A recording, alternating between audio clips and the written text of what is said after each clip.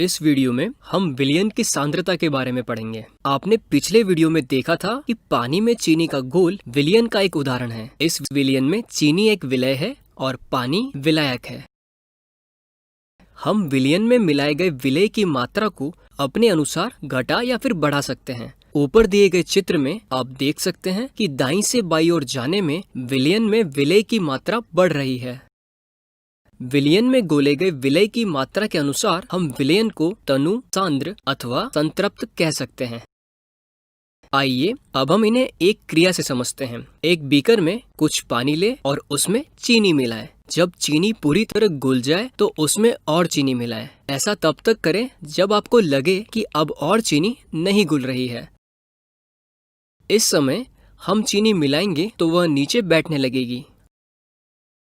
अब इस बीकर को गैस पर 5 मिनट के लिए गर्म करें और फिर दोबारा इसमें चीनी घोलें। आप देखेंगे कि चीनी घुलने लगेगी।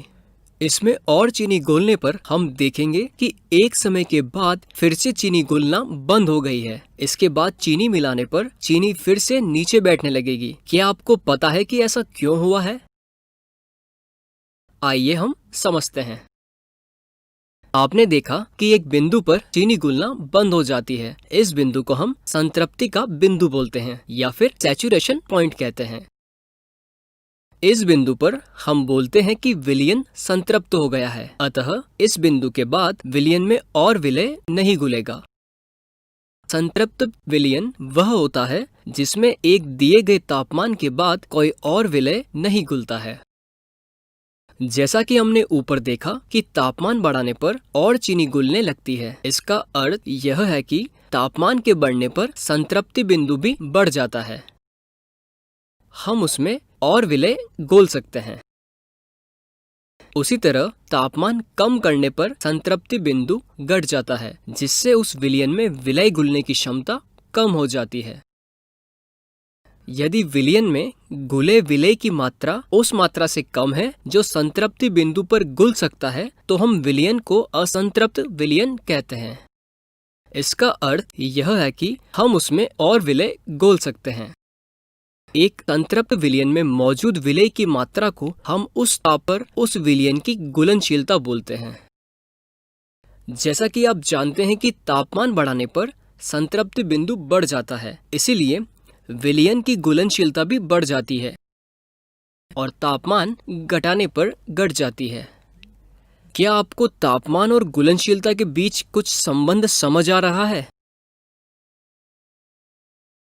चलिए अब इस प्रश्न पर ध्यान दीजिए। क्या होगा यदि हम एक संतृप्त विलयन का तापमान धीरे धीरे घटाने लगे? वीडियो को रोक दीजिए और अपने साथी और अपने सहपाठियों के साथ चर्चा कीजिए। आइए हम इसका उत्तर देखते हैं। जब हम किसी विलयन का तापमान घटाएंगे तो उसकी घुलनशीलता भी घट जाएगी, यानी कि उसमें जो विलय घुलने की क्षमता है वह कम हो जाएगी। इसीलिए विलय की जो मात्रा उस क्षमता से ज्यादा होगी वह विलयन से अलग हो जाएगी और नीचे की तरफ बैठ जाएगी। उदाहरण के लिए मान लीजिए कि किसी विलयन की घुलनशीलता 20 डिग्री पर 40 ग्राम है और 25 डिग्री पर 47 ग्राम है। यदि हम 25 डिग्री से 20 डिग्री पर आएंगे तो 47 - 40 बराबर 7 ग्राम विलय विलयन से अलग हो जाएगा। इससे पहले कि हम आगे बढ़ें, आइए हम विलयन से संबंधित सभी पदों को दोहरा लें और इन्हें अपनी कॉपी में नोट कर लें।